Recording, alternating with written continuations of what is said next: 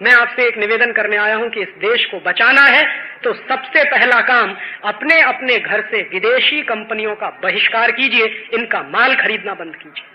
दुश्मन से जब लड़ाई लड़ते हैं तो दुश्मन की सप्लाई लाइन सबसे पहले काटते हैं। यह सप्लाई लाइन हमारे घरों से बनी हुई है। हम हमारे घरों में विदेशी कंपनियों का माल खरीदते हैं और पैसा इनको जाता है। वो पैसा देना बंद करिए और इस देश में स्वदेशी लाइए। और स्वदेशी में मेरा बहुत स्पष्ट मानना है, टाटा, बिरला, डालमिया स्वदेशी है नहीं, ये भूल कभी मत कीजिएगा। मेरे लिए स्वदेशी है नीम का दातुन, मेरे लिए स्वदेशी है अगर मेरे गांव में कोई साबुन बनता है वो, मेरे लिए स्वदेशी है मेरे गांव में बनता है कोई जूता वो, मेरे लिए स्वदेशी है खादी का कपड़ा बनता है वो।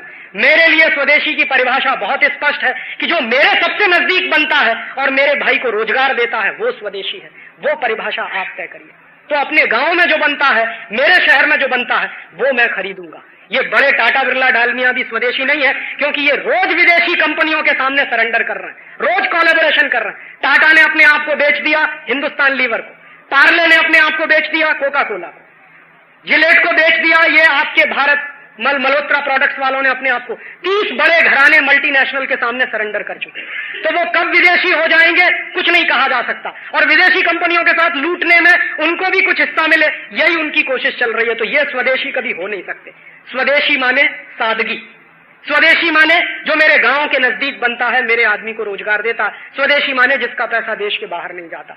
तो एक तो आप अपने अपने घर से स्वदेशी सामान खरीदने का संकल्प लें।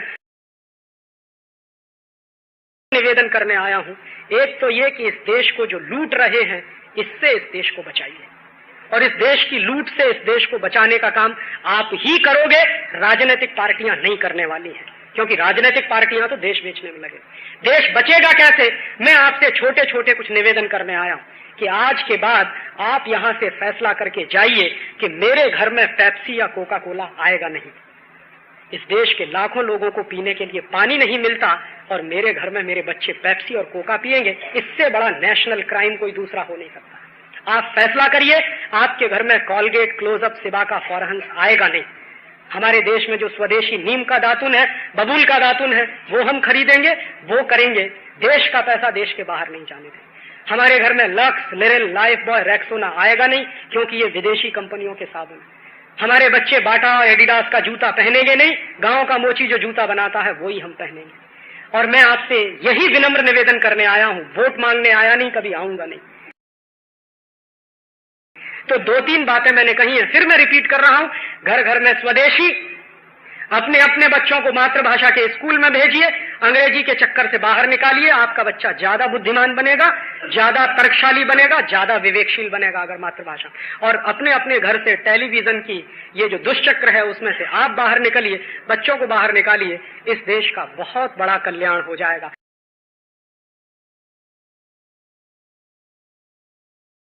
छोटे काम है, शुरू में जब उठाए जाते हैं तो 50 लोग कहते हैं अरे ये हो नहीं पाएगा, लेकिन मुझे लगता है कि अगर संकल्प शक्ति हो और मन में पवित्रता का भाव हो, आपका उद्देश्य बड़ा हो, समाज के हित में हो, तो जीत तो होती ही है अंत में। भले ही हमारी शक्ति कम है, आज कम है, कल अधिक हो जाएगी। और अधिक कैसे होगी? ऐसी छोटी लड़ाइयां लड़ते लड़ते किसी बड़ी लड़ाई की तैयारी हम करेंगे, ये कर रहे हैं। 1992 से हमने ये अभियान शुरू किया था, 1992 से अब तक इतना कर पाए हैं। हम 3-4 लोगों ने ये अभियान शुरू किया था, तब सब लोग कहते थे कि क्या फालतू का काम कर रहे हो, अच्छा खासा कैरियर छोड़ के इस तरह के काम में लग गए। परिवार वाले भी नाराज, रिश्तेदार वाले भी नाराज। हमने कहा ठीक है, आप नाराज रहिए, क्योंकि ये पशु बन के जिंदा रहना तो हमें मंजूर नहीं है कि हाय पैसा, हाय पैसा, हाय पैसा। पैसा जिंदगी का सब कुछ नहीं होता है, देश उससे बड़ा होता है, समाज उससे बड़ा होता है, संस्कृति बड़ी होती है। और कभी अगर भगत सिंह हो सकते हैं, चंद्रशेखर हो सकते हैं, तो आज क्यों नहीं भगत सिंह और चंद्रशेखर हो सकते हैं? आज भी तो वही परिस्थितियां हैं।